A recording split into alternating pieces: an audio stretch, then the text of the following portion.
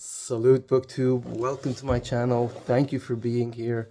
We finally made it to the penultimate last part of my egregiously long book haul. This is part 5 of 5. Uh, if you're a regular of this channel, you've probably watched parts 1 to 4. If you haven't, not a big deal. You can tune in at part 5. You haven't really missed much in parts 1 to 4. It's just a lot of books that I was hauling. Now, the original inspiration for this book haul was watching a lot of booktubers in the infidel Christian West who were celebrating Christmas a couple of months ago. A lot of them got bookish gifts. They got a lot of book like gift cards, which they went and purchased books with. And that made me very jealous because I'm based in the Middle East. This is very much the heart of the Islamic world. We here don't celebrate Christmas, so there's not a lot of gift giving, gift receiving at that time of year. So I was very jealous and I said, you know what, I'm going to go and buy myself books. So that's what I did. And I bought so many books that I had to divide the videos into 5 parts, and each of the 5 parts are quite long. So there was a lot of books. But just a caveat, I didn't buy all those books at one time. I accumulated these books over a couple of months, so November, December, and January mostly. And I've been releasing the videos mostly in February, end of January up to now. But it's good that we're finally wrapping this up, because the title of the series, I guess you can call it, is a Wintery 2026 book haul, and it's almost March. I mean, it's almost springtime. I mean, Christmas, Jesus was born on Christmas, and he lived his life and he preached. Then he was persecuted, then he was crucified, and it's almost Easter. It's almost time for his resurrection, and I'm still here hauling books. That's how many books I have. So thankfully, I think for all of you, you'll be relieved to know that this is wrapping up, that I've got my final part over here, and we'll get to those books. There was just, speaking about Christmas and the whole Christmas season, they call it the festive season, the gift-giving season. But I read this book. I've had this book. I read it from cover to cover before I had the BookTube channel. This is the Holy Bible. This is the new international version. It's a big, big book, and there's nothing here about, jingle bells or whatever else you guys do on Christmas. Nothing there. No Christmas trees. In fact, the majority of this book occurs in the Middle East, the greater Middle East, where at least the Old Testament, we're not too sure where it happened, but much later it becomes much more geographically defined. But coming from the Middle East, I know we don't have any fir trees, any sort of Christmas trees that go up during the Christmas season. So I don't know where that came from. Perhaps it came from this. I'm reading this right now. I'm buddy reading this with Angelina, my friend. She's got her own BookTube channel, Books Do Things to Me. This is Beowulf, Seamus Heaney's translation. A lot of the stuff here is that time between the conversion from the old Northern European paganism into Christianity. So perhaps that's where the Christmas tree and the whole, celebrating during the depth of winter, I think that's where it comes from, because the pagans, the North and Western European pagans, they had their winter sun, I think it's called, or winter Thule, or Thule Yuletide. There was a pagan celebration around the winter solstice, around December 25th. And the new converts, the new Christians who were converting the Northern Europeans, were trying to have a compromising attitude. So they did a lot of, okay, you have your pagan Christmas celebration. We have a Christmas. Our baby Jesus was also born around the same time. Let's just combine the two, and we can have Christmas trees, and then we can, I guess that's where it came from. But then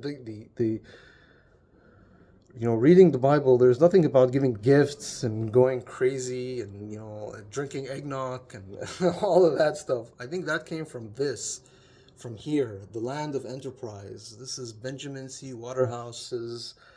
The cover is not that great, but the subtitle is A Business History of the United States. I think that's where all the consumerism, the Christmas consumerism comes from. We can thank the Americans for that. I don't know anybody who's watched like Mad Men or all those marketers from, Madison Street and New York City who pretty much commercialized Christmas and have turned Christmas into a one large big consumer fest, just a large clearance sale basically, and it's gone crazy with all the online. I mean, I'm in the Islamic world, but we get advertisements for Buy Christmas and White Friday and Boxing Day and all that stuff. So we can thank them. But um, with that being said, again, I was guilty as well of going a bit crazy shopping during the winter Christmas season, and I also bought a bunch of books. But like I mentioned, not all at one time, but over a couple of months, and I'm hauling them now um, in 5 parts, and this is the fifth part. For those of you who have been watching, who have been following, you'll know that I divided the parts into different historical periods just to organize the book haul. So part one was mostly dealing with ancient history and mostly Near Eastern ancient history. Part two dealt with um, the Middle Ages, and again mostly mostly the Middle Ages from a Middle Eastern perspective. So this was the rise of Islam, the golden age of Islam, which in Europe was what they term a medieval period. Part two also included uh, sorry, that was part two. Part three dealt with the modern Middle East. No, I'm sorry, the modern Middle East. I think I combined it. See, I've forgotten. There's so many. There's so many parts of this book. All even I've forgotten. I think I did part two. It was medieval or Middle Ages Middle East as well as modern Middle East. So things like 20th century Middle East, 21st century Middle East. A lot of books I purchased about that era. Um, so I had that part going for me on part two. Part three dealt with Europe. I did a lot of European, a lot of World War II, some British history. Um, that was part three. Again, not my area of expertise, but I do have bookshelves and I do enjoy reading those eras. Part four was very much American. I focused on American histories.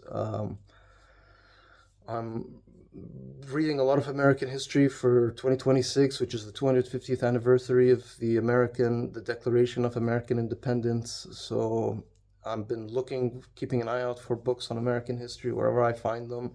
We don't have that much American history books as somebody in America would probably have in our used bookstores or even in our new bookstores. But I try to pick them up if I find something interesting. So that was part four. And then this is part five, will be everything else. Things I couldn't find in those neat categories.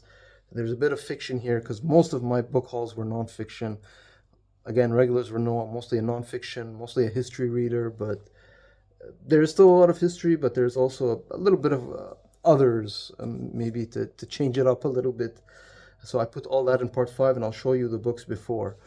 Again, just I know I'm going along very long on the introduction. I just also wanted to mention there were in the parts I just listed a few books because I had so many books, a few books that I missed that I should have put in those parts, and I didn't. One example is for the ancient Near East. I had this book. This is by Aidan Dodson, who is a famous Egyptologist. This one is called Amara Sunset. Again, like any ancient Egypt book, there's going to be a lot of images in the book. The cover is going to be nice. Famous Egyptologist who writes a lot of books for the AUC Press, the American University in Cairo.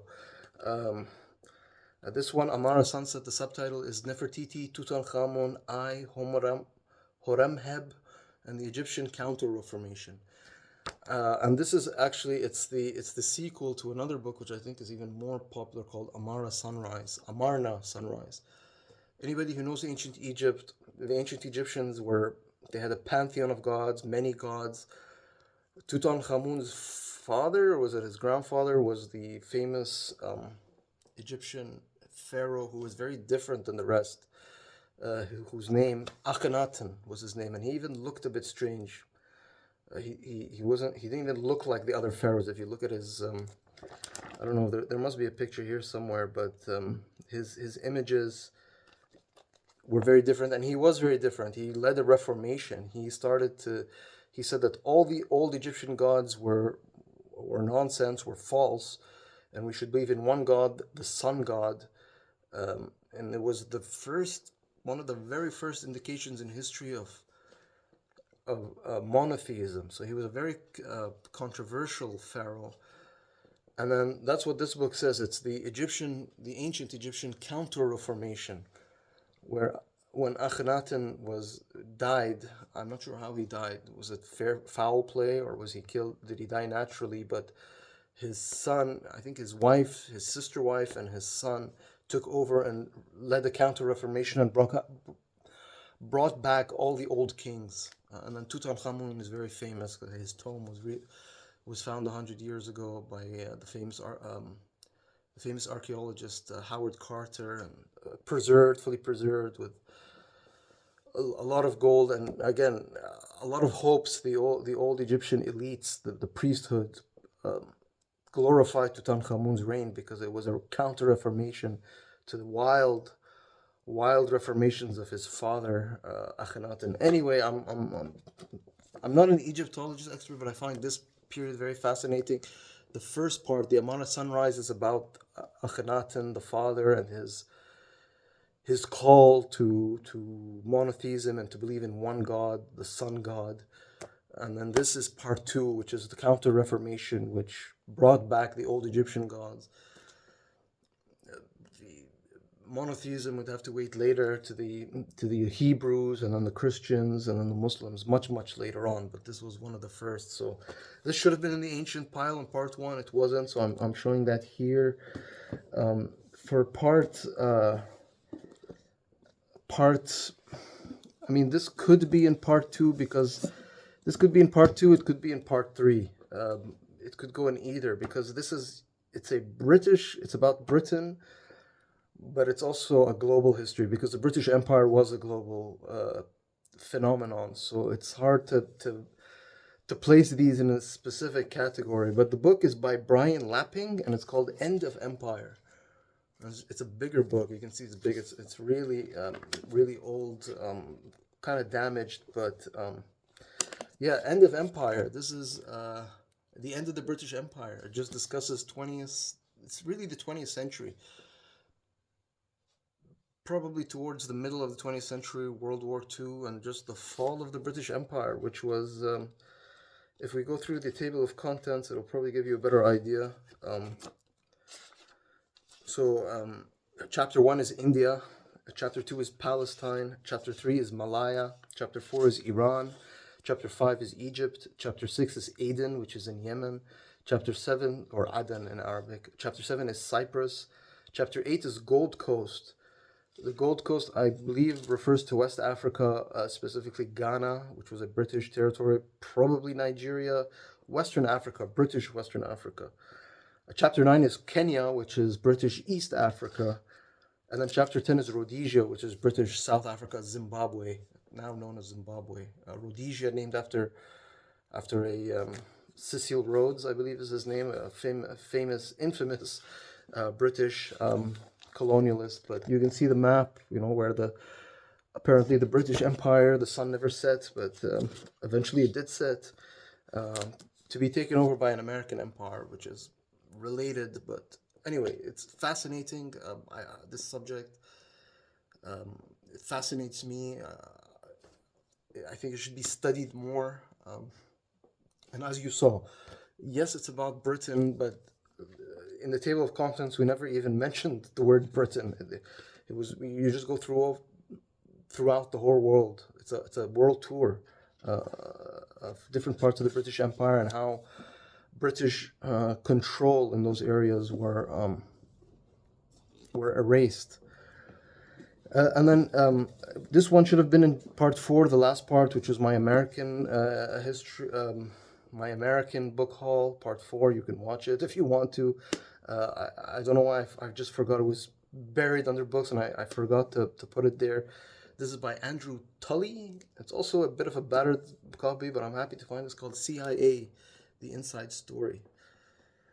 Again, the subtitle is a long one. It's the facts about our government, the American government's most secret organization, the Central Intelligence Agency. Uh, there's a there's a picture there. That's Kennedy. It says President Kennedy leaving the Naval War College in Newport, Rhode Island on 28 September or September 28, 1961, after nominating John A. McCone Wright to succeed Alan W. Dulles Center as Director of Central Intelligence Agency. Nice historical photo. Maybe that should have been on the cover, but anyway, yeah, that's pretty self-explanatory. The CIA, and then this is again the CIA deals with Central American intelligence outside America. So again, I mean, it's I would put it in my American history part, my American history shelf. But then again, if we go through the table of contents, there's CIA, what and why, CIA, how, but then there's Guatemala to Japan, coup in Iraq, king making in Iran, Suez snafu, the Black Lady, I don't know what that refers to, the spy in the Kremlin, the CIA's ex-Nazi, trouble in paradise. I don't know which paradise that's referring to. Deaf ears in Korea, foggy bottoms, Chiang, catastrophe in Cuba.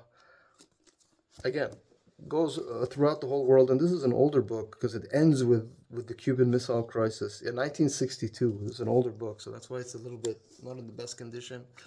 But happy to find it. So those were books I wanted to mention. I should have put them in the parts and I didn't, so I thought this is a good time to put them. There were two books that I did mention, and I was supposed to mention the book channels where I wanted to mention book channels and I just forgot to.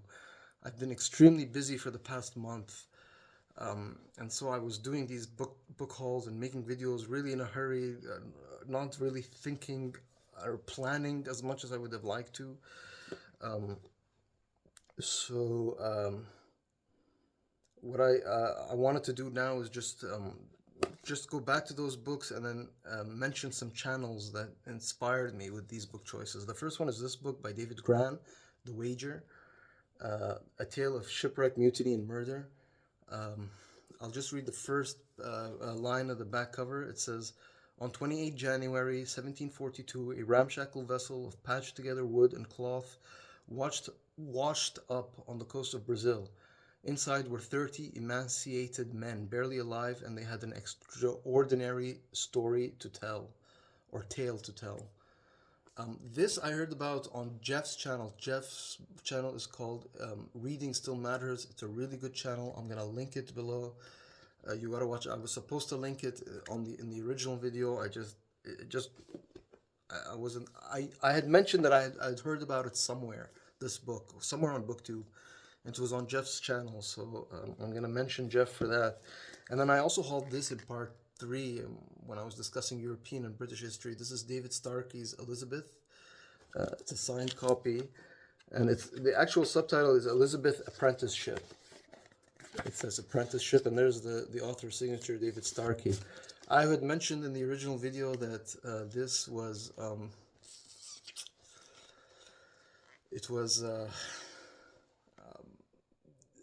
reading British history. I need to make space in my shelves. I can't just be buying any books that I want just because it looks interesting. Because I'm literally drowning in books, and I need to go a bit easy. So one area I could stop in is British history. I'm not British. I'm not Western. I'm not European. Maybe I can go easy on the British history and focus more on things that are more pertinent to me. However, when this recently, in the last couple of months, I subscribed to Julie's channel. It's called Bookish Travels. Julie's channel is called Bookish Travels. I'll link to it below. She lives in the UK. She's a big Tudor fanatic. She reads widely. She reads a lot of history, fiction, non-fiction, but I think she has a special passion for the Tudors and for British history generally. So when seeing her channel, she's been pushing me. I'm trying to avoid British history, but she's pushing me and luring me in. And her channel is called Bookish Travels. A lot of her videos includes her or shows her traveling to British historical sites, reading a book about that site or that church or that castle, and then actually going and visiting the site. And like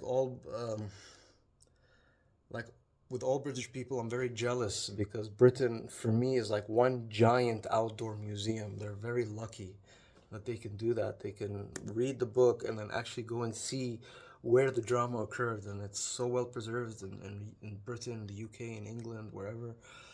And so I wanted to mention when I hauled this, I showed this. I should have mentioned Julie's channel, Bookish Travels. I'm mentioning it now, and I'm gonna tag it below. So yeah.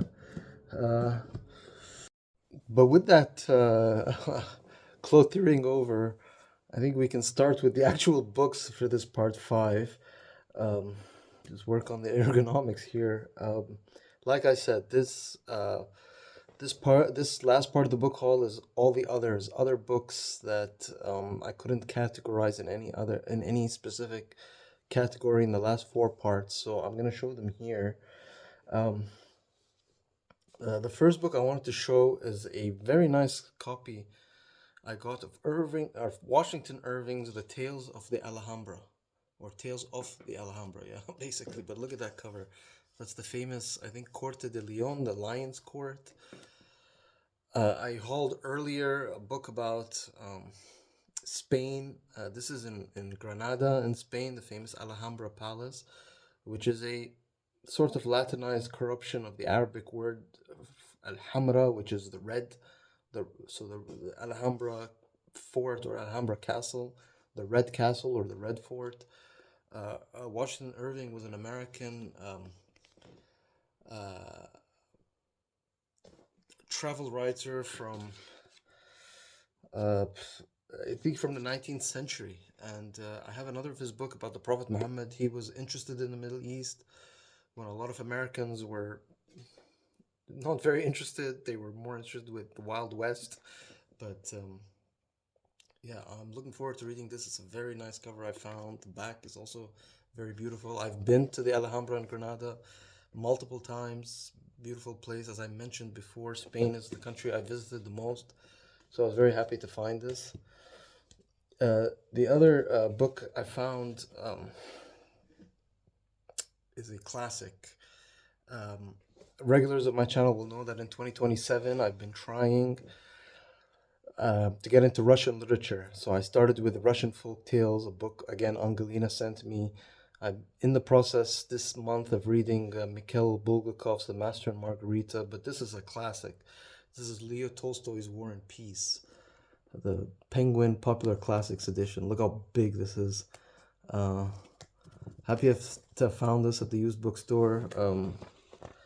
It's huge, and look how small the font is. So this is very intimidating, but I'm happy to have it. This is actually the second War and Peace edition I have. I can't get over how big it is. I'm thinking about reading this sometime in 2027. Let's see, or 2026 this year. I don't know why I'm saying 2027. 2026, sometime this year. We'll see when. I just need to fit it in because this is going to take a long time. One of my commenters, Doug, who comments regularly on my videos, he recommended that I read Tolstoy's what's the book? I showed it. One Day in the Life of um, One Day in the Night. One Day in the Life of Ilya something or other. Much shorter, but he said that's a good way to get into Tolstoy because it's like a 50-60 page book, and then to get into this maybe after if you enjoyed that. So we'll see. I'm hoping to continue my Russian Lit 2026 reading project. This next book is by B. Rowlett and May Whitwit. I don't know if that's an original name or an author's name.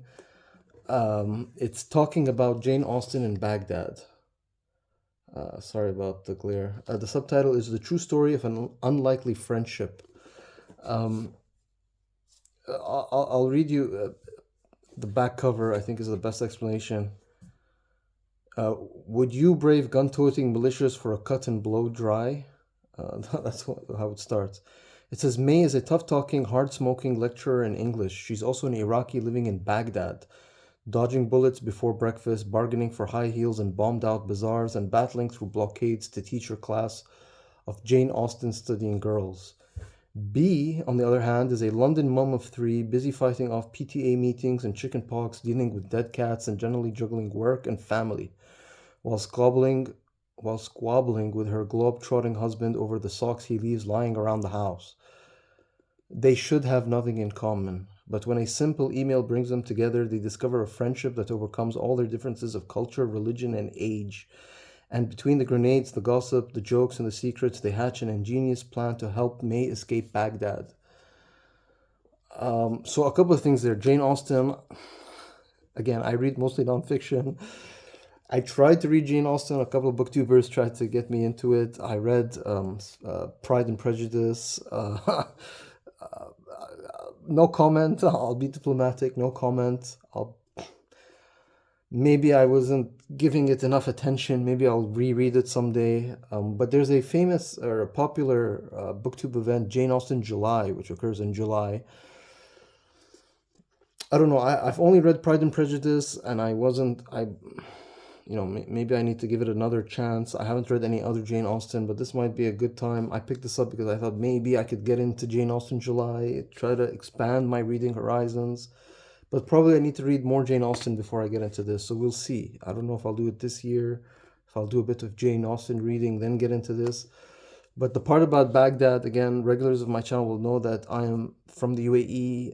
I live in the UAE, the United Arab Emirates, but I'm half Iraqi. I have strong ties to Iraq. And I recently visited in November, I visited Baghdad. I posted a video, a vlog. It's called the Baghdad Book Market, if anybody wants to watch it. If I remember, I'll link it. But the fact that this occurs in Baghdad, a bit close to me, so I thought I'd take a chance with this book. It was really cheap. I found it really cheap.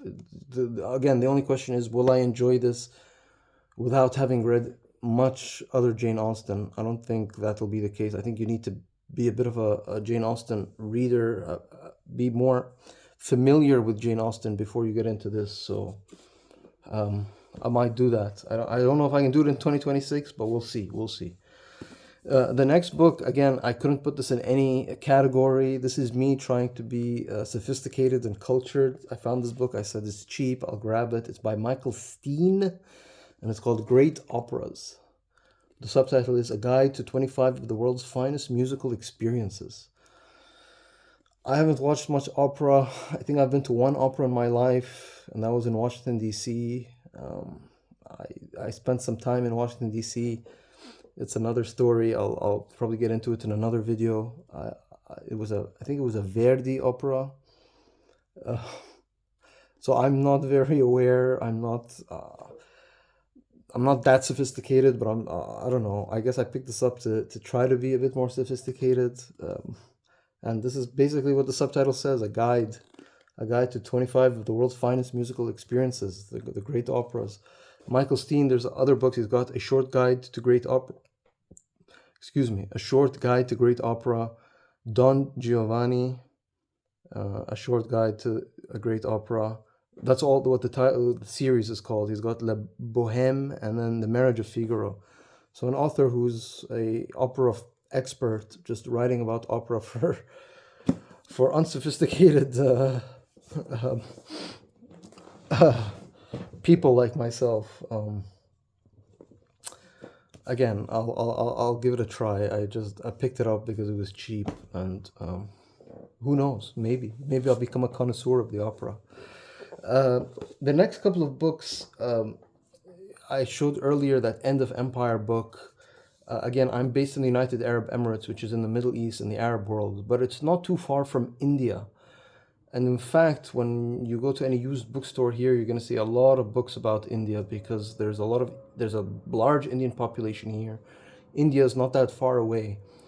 And then, of course, the Indians mostly, a lot of them, most of them, majority of them speak English, read and write in English. So what you do get is a lot of English books about India or by Indian authors in this part of the world. So the next couple of books are related to that. Speaking of British Empire, this is Sashi Tharoor. It's called Inglorious Empire. The subtitle is What the British Did to India. Tharoor just takes a very critical look at what the British did to India. This isn't a sympathetic history or polemic. It's very much an anti-British screed.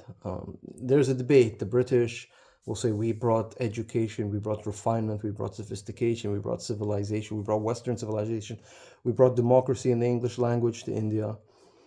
But then there's also a lot of nationalist Indians, and Sashi Tharoor, I believe, who's a politician as well now in India.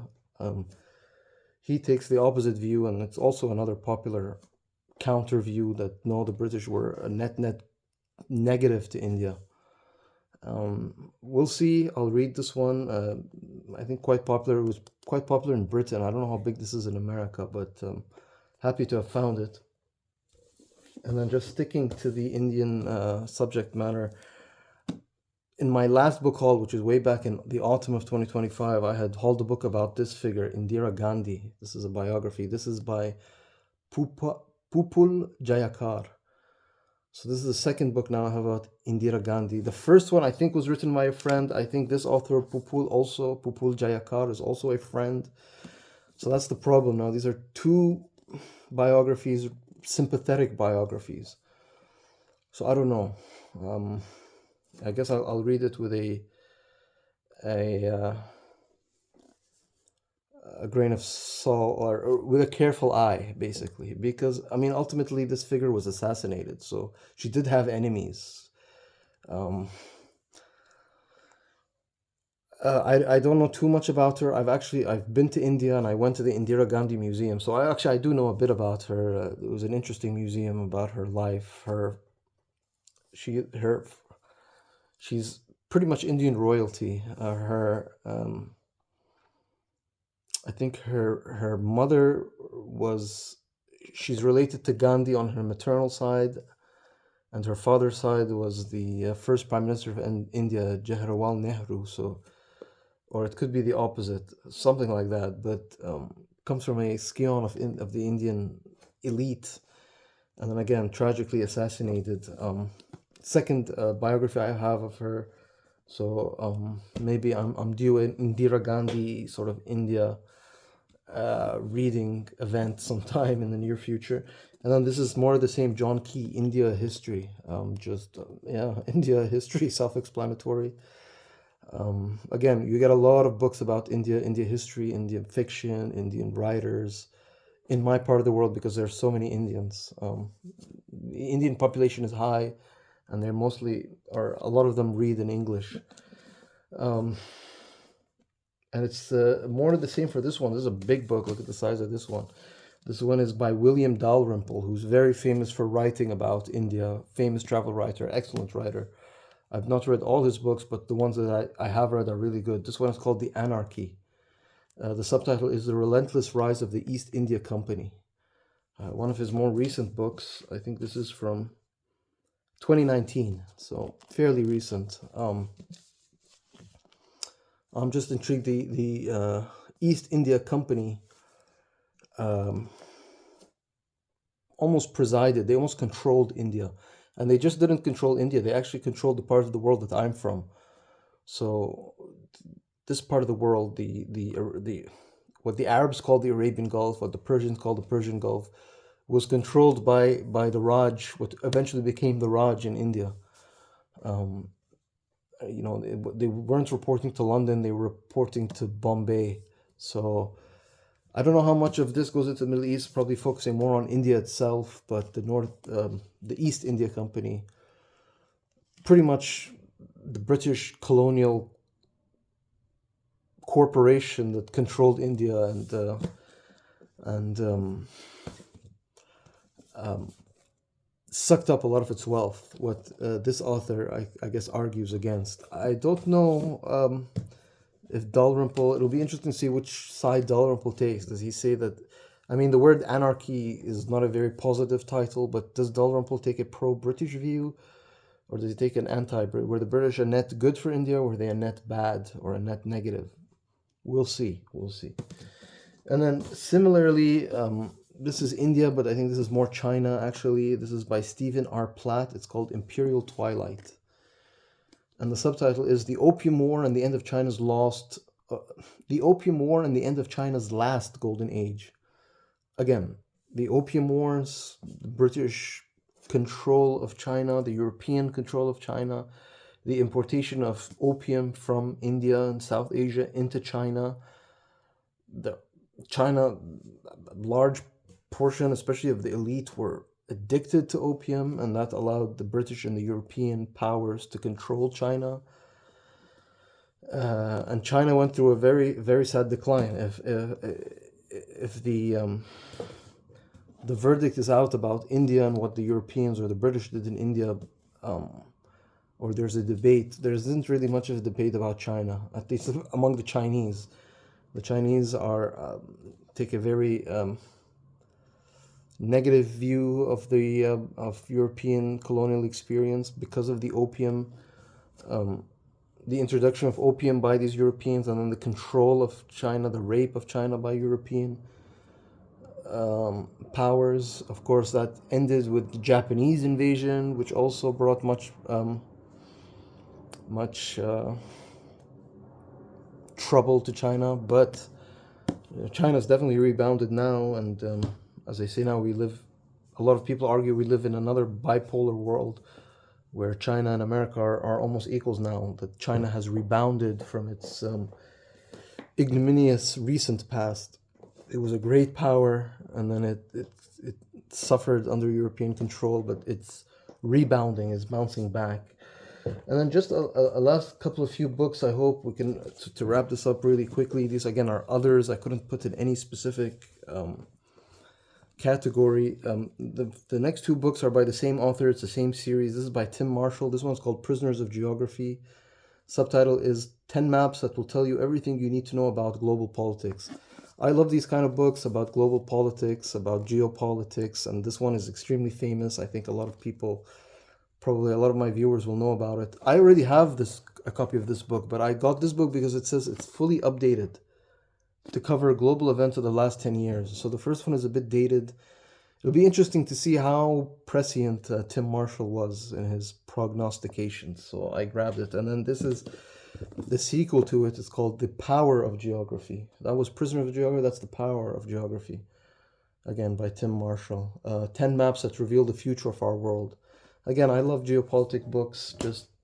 I enjoy reading them, and Tim Marshall writes well, so happy to find it.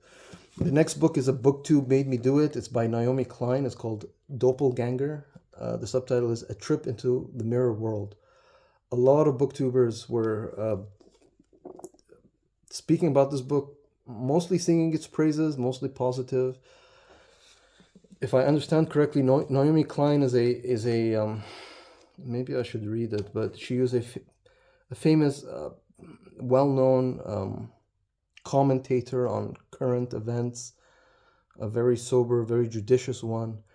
But there's another Naomi who's called Naomi Wolf, who has a very similar name to her, similar first name, and even looks like her. They have a very similar appearance. But where Naomi Klein is very sober and judicious, Naomi Wolf is she's a conspiracy theorist, a very brash, very loudmouth, very controversial political commentator and writer. And what Naomi Klein, people have been mixing them up, basically. Naomi Wolf, Naomi Klein, and this is what this book explores. This is what I understood from this. How your identity can be sort of mixed up by somebody who might appear or sound like you, and talks about the internet, and I'm doing a really poor job of explaining this. I was hoping this is a Penguin Classic that just has blurbs in the back. I was hoping there would be a description um, that will probably better explain this. I'm looking for one, but not finding it. I guess I'll read this and I'll let you know. I'll be better able to explain it, but for now that'll have to do.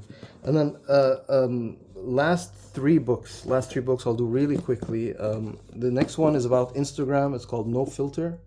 The subtitle is Inside the Story of How Instagram Transformed Business, Celebrity, and Our Culture, and it's by Sarah Fryer. Uh, yeah, about Instagram and how it's changed society. I've got a couple of books about Facebook. I think I have three or four. Now I can add this because Instagram is part of Facebook, same Meta company, same umbrella. I never got on the Instagram trend. I don't have an Instagram account anymore. I had one. I had some issues with it, and I just decided to get rid of it, and I've never gone back. But with the Facebook books and this, maybe there's a reading event there where I can read about social media, and that'll be part of that project if I ever do it one day. Hopefully, stay tuned. And then last two books are, I guess you could club them in similar uh, subject matters, sort of, kind of. This one I found again. I don't know how to explain. It's called Out of the Mountains, and it's by David Kilcullen. Sorry, I think I'm pronouncing that right. The subtitle is The Coming Age of the Urban Gorilla. You can see a picture of the city there. This is his third book. I don't know if this is good. Maybe I'll look for his first two books. It says David Kilcullen takes us out of the mountains, away from the remote rural guerrilla warfare of Afghanistan, and into the marginalized slums and complex security threats of the world's coastal cities, where about 75% of us will be living by 2050. Scrutinizing major environmental trends, population growth, coastal urbanization, and increasing digital connectivity, he projects a future of feral cities, urban systems under stress, and increasing overlaps between crime and war, internal and external threats, and the real and virtual worlds. Informed by Kilcullen's own fieldwork in the Caribbean, Somalia, the Middle East, and Afghanistan, and that of his field research teams in the cities of Central America and Africa, Out of the Mountain presents a detailed on-the-ground account of the new faces of modern conflict, from the 2008 Mumbai terrorist attacks to transnational drug networks, local street gangs, and the uprisings of the Arab Spring. And it says David Kilcullen is one of the world's foremost thinkers on counterinsurgency and military strategy. He's the author of The Accidental Guerrilla, a Washington Post bestseller, and Counterinsurgency. He was formerly senior counterinsurgency advisor to General David Petraeus in Iraq and to the NATO Security Assistance Force in Afghanistan. He is currently Chief Executive Officer of Saracens Associates, a Washington-based strategy and design firm. I guess that explains it. He talks about urbanism, urbanity, and the threats that, what was the figure? 75% of us will be living in coastal cities by 2050. I'm one of those persons. I live in a coastal city, and I live in the Middle East. I live in a relatively secure and stable part of the Middle East. But again, this author, David Kilcullen, was part of the American forces in Baghdad, for example, a huge city, a big city. I think the second biggest city in Western Asia. And I think he saw firsthand, what urban warfare would look like, what crime, insurgencies, just general criminality, poverty, all that kind of stuff. So it takes a negative view about cities. We're more and more attracted to cities, but the future is cities. But what is it going to look like? So many of us living living really close by in densely populated cities. If there is a threat, the casualty numbers can be very high.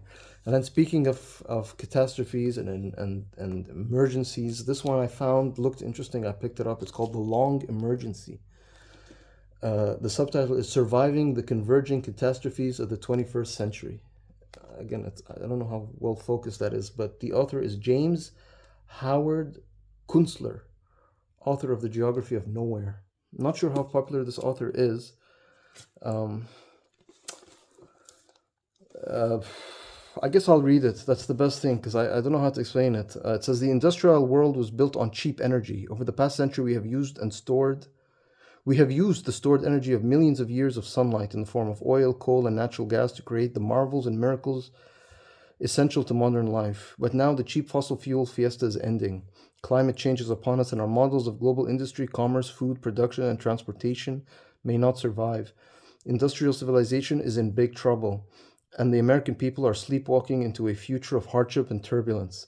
James Howard Kunstler, one of our shrewdest and most engaging social commentators, tells us what to expect when we pass the tipping point of global peak oil and enter the long arc of depletion, economic, political, and social changes on an epical scale, sooner than we think. The long emergency will change everything. Globalism will wither. Well, we're seeing that with Donald Trump. Life will become profoundly and intensely local.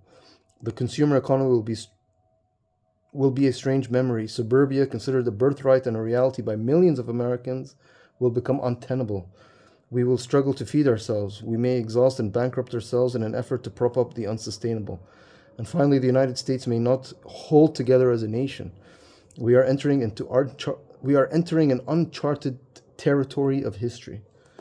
In the long emergency, there will be no hoped for hydrogen economy. No combination of alternative fuels will permit us to run things the way we are running them, or even a substantial fraction of them. We will have to downscale every activity of everyday life, from farming to schooling to retail trade. Say farewell to easy motoring and commercial aviation. Life in the long emergency will be about staying where you are. In the long emergency, we will endure a grueling contest over the world's remaining oil resources. Epidemic disease and faltering agriculture will synergize with energy scarcity to send nations reeling and reaching aggressively for the means of survival. Desperation at home and the vanishing middle class may provoke extremist politics in America that were previously unimaginable. Riveting and authoritative, the long emergency is a startling vision of what lies ahead, bringing new urgency and accessibility to the critical issues that will shape our future and which we can no longer afford to ignore.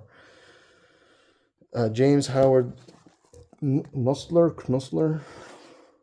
Kunstler, there he is. Kind of